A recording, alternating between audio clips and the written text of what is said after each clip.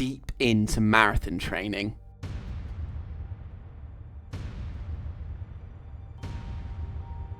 And my watch thinks I can 5k PB. With a current PB of a 17 minutes 40, it's time to hit Dulwich Parkrun and get the job done.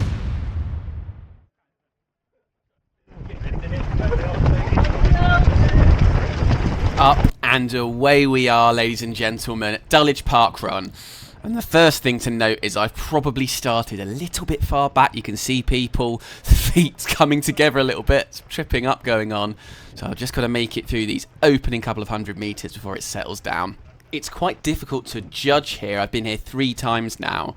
It's difficult to judge where exactly to place yourself at the start because it's such a quick parkrun overall. And there's so many people sort of usually going for some of them sub-15s. I'm pretty sure the last time I turned up, there was an 800 metre runner from Jamaica, a professional runner, who just turned out and whacked in the record, which was like a 15:10 or something. So I was being a bit cautious, a bit overly cautious, not to be sort of in the way of people going for times quicker than I'm going for.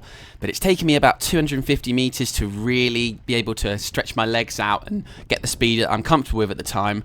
And we finally got into the 3-minute 20s here. I wasn't particularly going out to try and hit his speed particularly. I knew it would be somewhere around a 3-minute 30, but it was very much going to be a going off 5k effort. I've done enough 5ks by now to know what that should feel like. And in this first kilometre, once I got going, it felt really, really good. My legs were feeling snappy. I was in the Vaporfly 2s for the first time in quite a while. My original super shoes that I got from my brothers for Christmas in 2022, and the shoes that I'd done my first sub 25k in. I was feeling honestly quite sensational at this point. Picking off runners one by one, but I've learnt that when you feel this good, you need to just keep a little bit back and reserve, he says while going along at about 17 flat pace.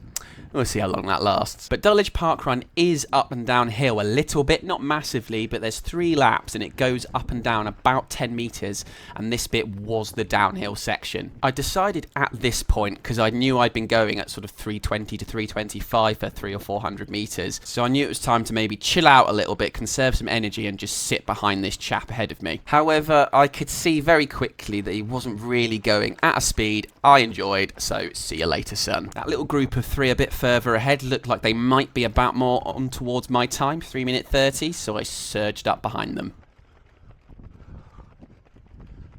But apparently I also was not content with that pace, and it probably was 3-minute 30 per kilometre at that point, because I'm going along at 3-minute 20, but I decided the guy in the white top was the one for me.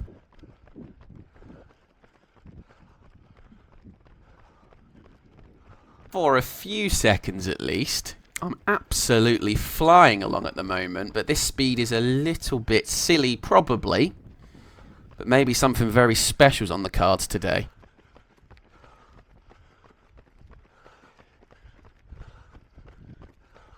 Next few runners in my sights as another completely blown away by J Mills at this point. And then I remember seeing the older runner in that lime green top, and I was like, right, I'm going to make it to him, and now I'm going to settle down because I knew I'd been going a bit quick at this point, and I fancied a little bit of experience to guide me along. First kilometre, a 3-minute 29, perfect really. PB speed, check. Lungs feeling okay, check. Not really ideal that I'd surged after going quite slow at the start, slowed and then surged again, but hey ho, that's what's happened. 4 kilometres to go, let's get on with it. I'm just sitting behind this lime green man and I'm ready to hit some 330s. And it was some bloody beautiful pacing from my lime green man. Approaching the end of lap 1, I was turning over feeling really strong in the low 3-minute 30s, but I knew that this hill was where I'd lost quite a bit of time in the previous 2 times that I'd been at Dulwich Parkrun. If you don't really focus, you can really lose some time up there. So I decided, lime green man, thank you for that 300, 400 metres of pacing, but I'm moving on. And it only took me another 150 metres or so to catch up to the back of the next group as we go through the 1 lap marker in 5 minutes 45.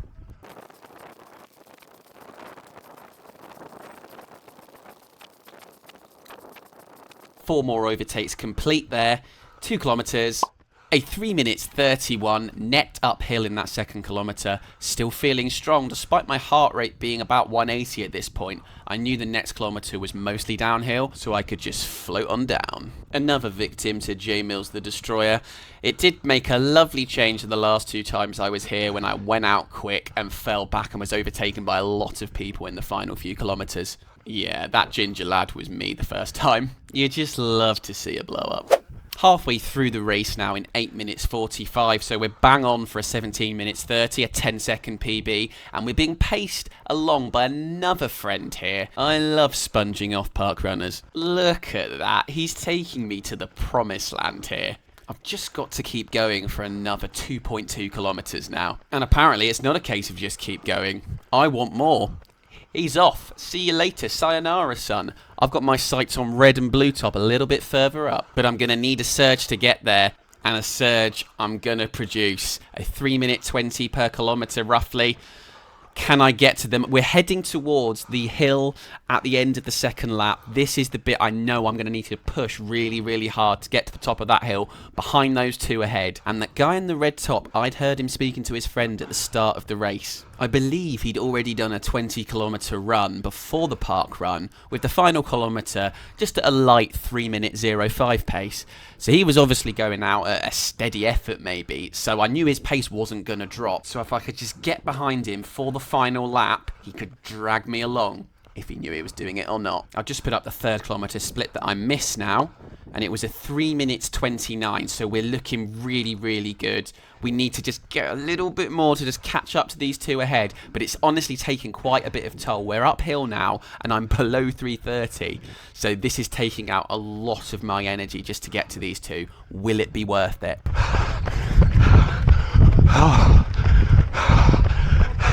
Yeah, you can hear that I'm giving it a lot. I'm breathing very, very heavily, but I've almost made it to them.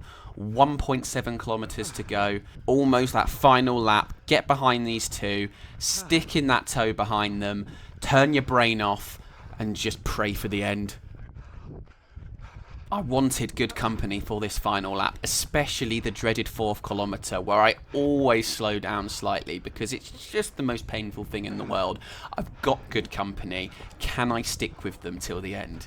This 4th kilometre is about 10 metres uphill. That's not that much, but when you've given it almost everything, any elevation change is going to make it feel hard. It's also the final lap at Dulwich, which is slightly tricky because you're overtaking all of the other runners and you have to go round the outside, which can sometimes make you run a little bit further than you would have to normally, but it's all part of the fun of parkrun. The ridiculously fit red runner who'd done that 20k before was starting to creep away.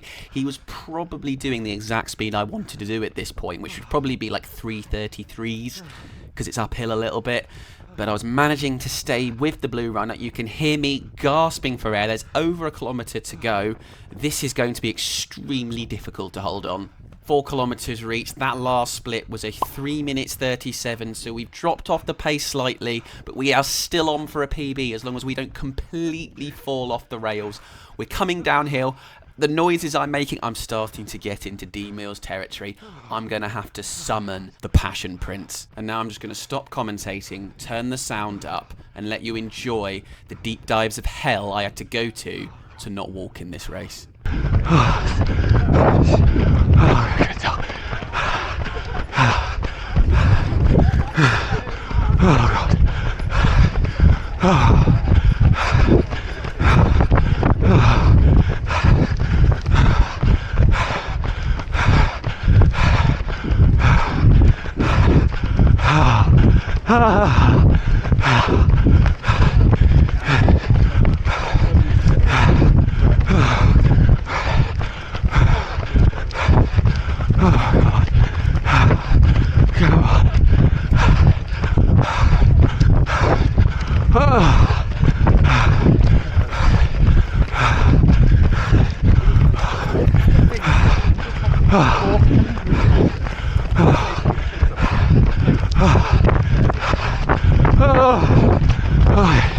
I love running.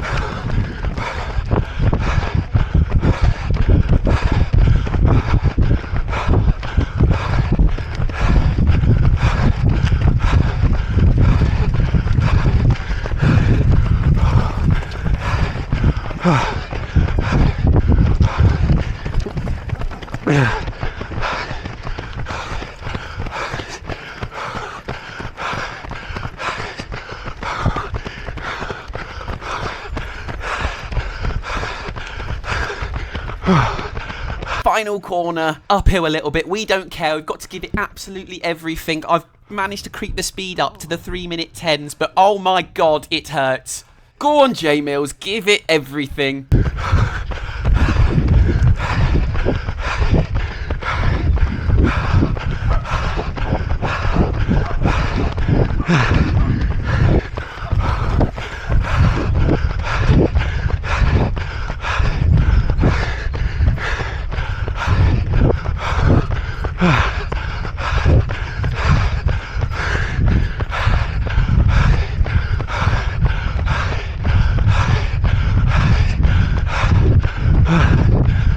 Just over 100 metres to go. I kept almost stumbling over here. My legs had turned into Mr. Whippy legs.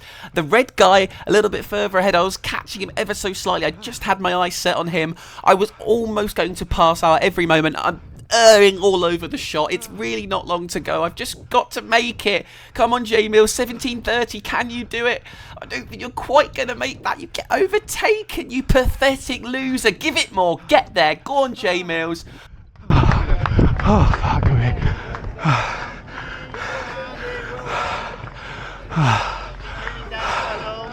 Oh, God. I don't think I could have given it any more. And it's a PB, a 17:36, officially on Parkrun. On my camera, it came out slightly quicker. Doesn't really matter. And on Strava, it actually came out at a 17:31, as it was a little bit long, probably because running a little bit around the outside. But overall, I'm very, very happy that I managed to get a PB today. It was a massive mental challenge, that final mile, and I managed to get through it. I will break that 17:30 barrier soon. I will, but it's going to have to wait now till after Brighton Marathon on the 7th of April. And now, let's compare D Mills versus J Mills in the 5k now. Him on the left, me on the right. All-time PRs, D Mills 17:31, me a 17:36. But the estimated best efforts by Strava GPS put me ahead on a 17:31 versus a 17:35. So, we're basically even. Cheers, thanks for watching, see you later, bye-bye.